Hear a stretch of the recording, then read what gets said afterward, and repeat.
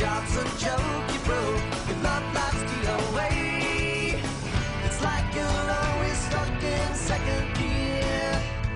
When it hasn't been your day, your week, your month, or even your year. But I'll be there for you.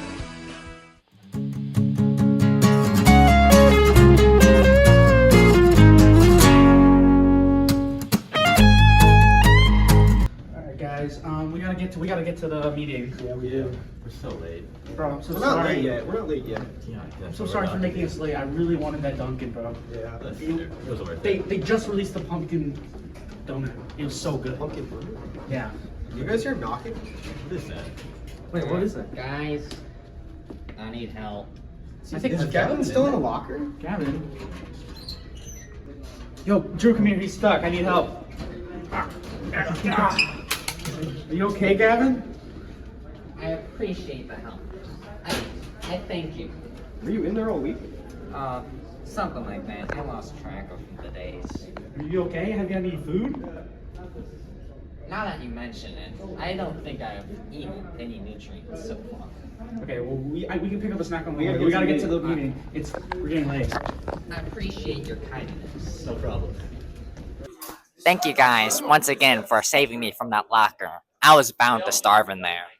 Yeah, we kind of had to. The only one who knows how to code around here, so. 15 minutes early. Sir, if I may. It's 7:59. It's an 8 a.m. meeting. Where were you? 15 minutes before is what you need to be here before the meeting. Sir, he was in the locker. We had to get him out. Someone put me in a locker. The company will maybe launch an investigation against that, but it's not guaranteed. We have to focus on our main task at hand. This is week 3. What is the new sensor for this week? It's basically just a temperature sensor to just sense like what the temperature inside and outside of the shuttle.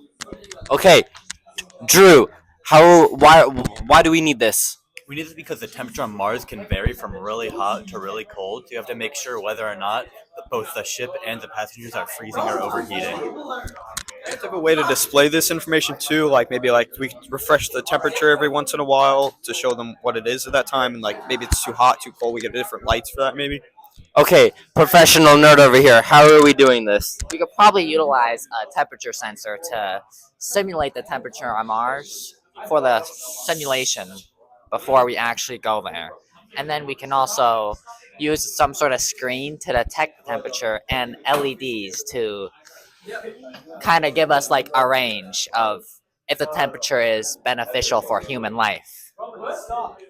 Okay, this all seems great. Investors going to be happy to hear.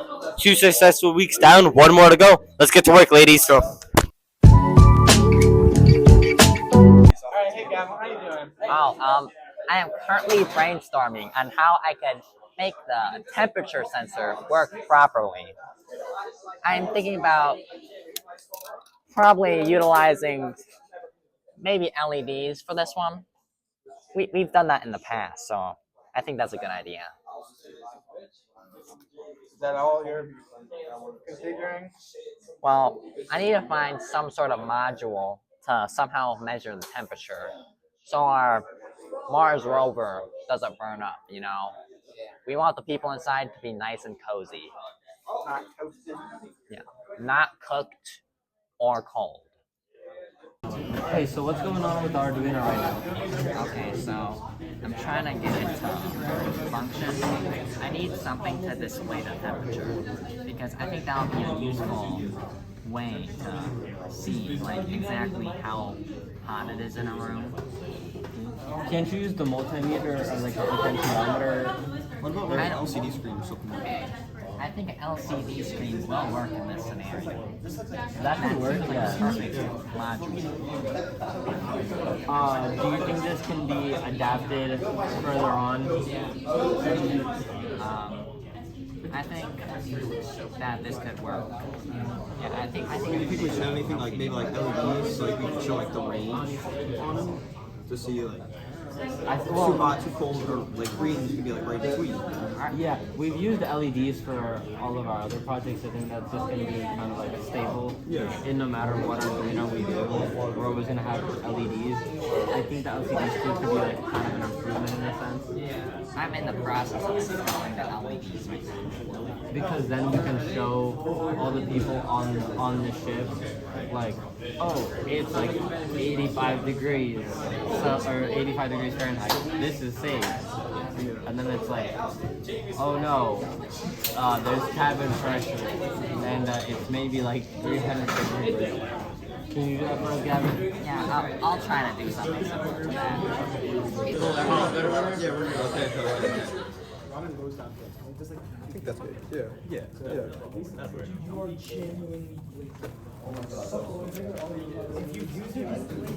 What's he doing?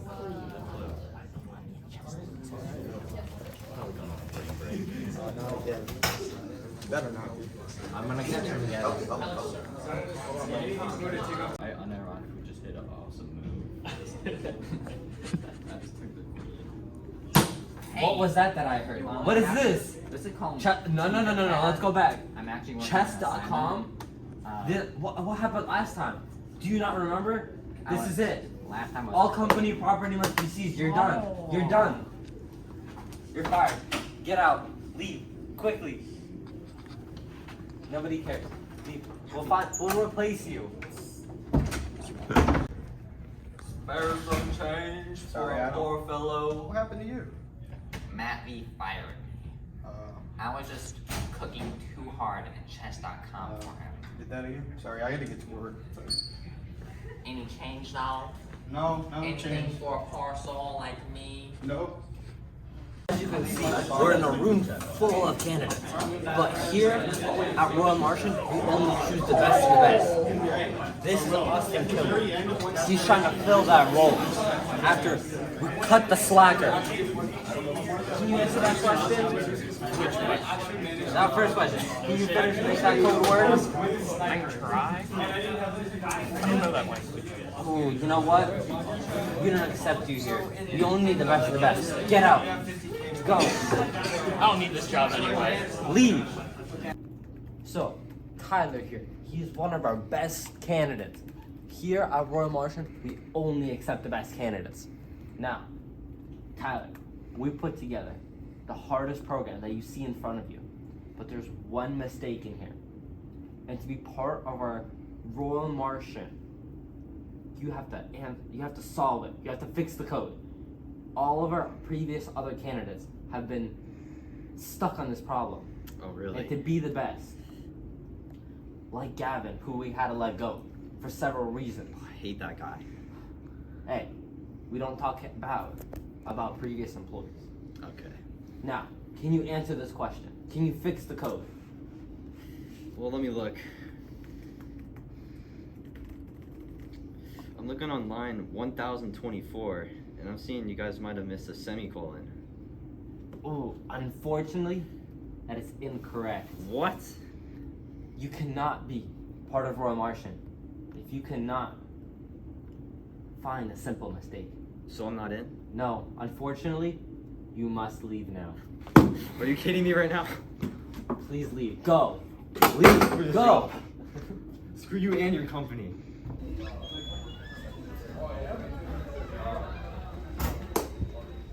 Hey, Gavin. Oh, it's you. I know you've been struggling a little bit recently. I can see that you're taking it pretty hard. You see my financial situation I'm in right now. I've fallen off since you fired me. You know, as these young kids were saying, our company is cooked without you. We try to replace you, but we as a team realized that you are irreplaceable. I Gavin, appreciate it. we need you back. That is the reason we hired you in the first place.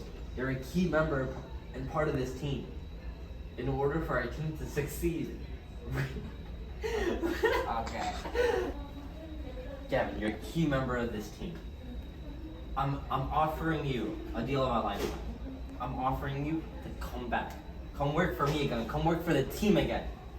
Think of them. Don't think of just me. I know we have our differences, but think of the team. That is my offer to you. I'll consider it for a second. But think about it.